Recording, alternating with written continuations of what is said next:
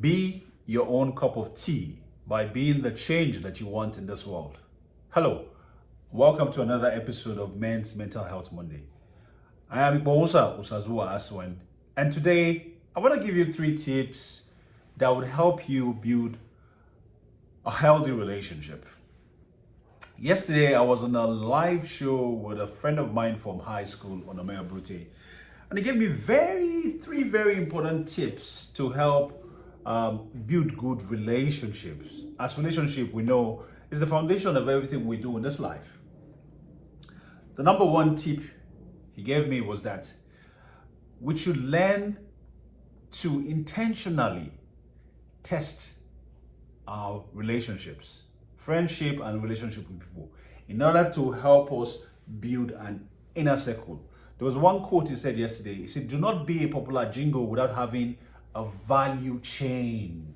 So what it means is that do not be popular with everybody, and when something happens, you don't have people that can stand there for you.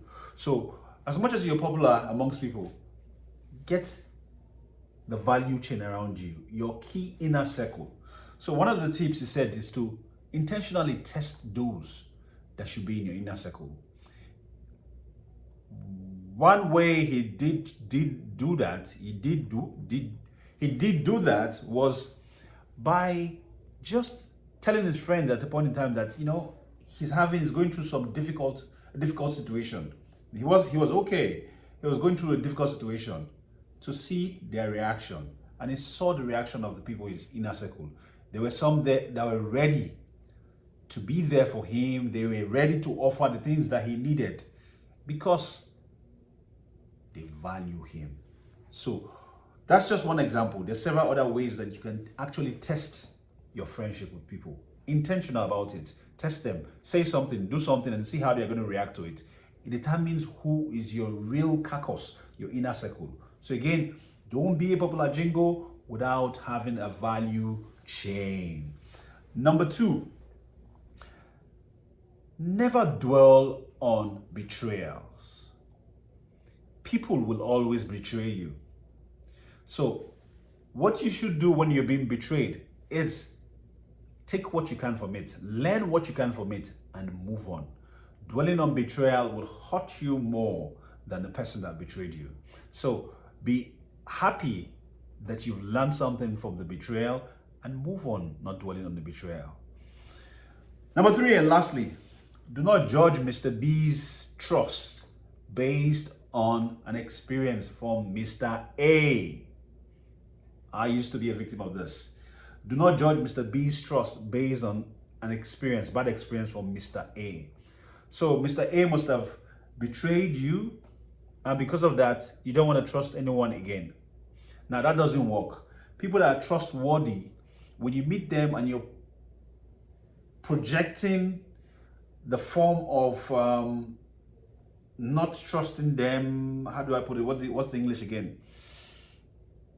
The potential not to trust them, yeah.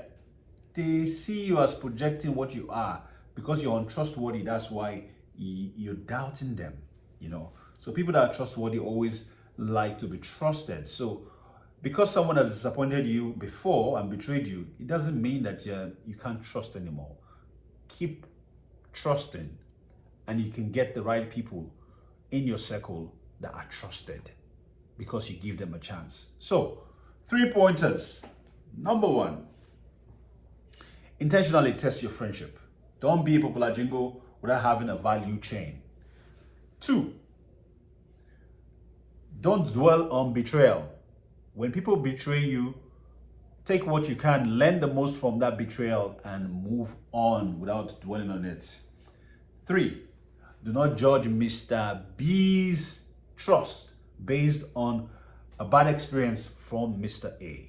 Yes, so these are the 3 pointers for you today on how to develop relationship, because our relationships, the relationships that we keep, friends and family, determines our mental health. Once again, I'm Ibosa Usazua Aswen. Have a lovely day and lovely week. Shalom.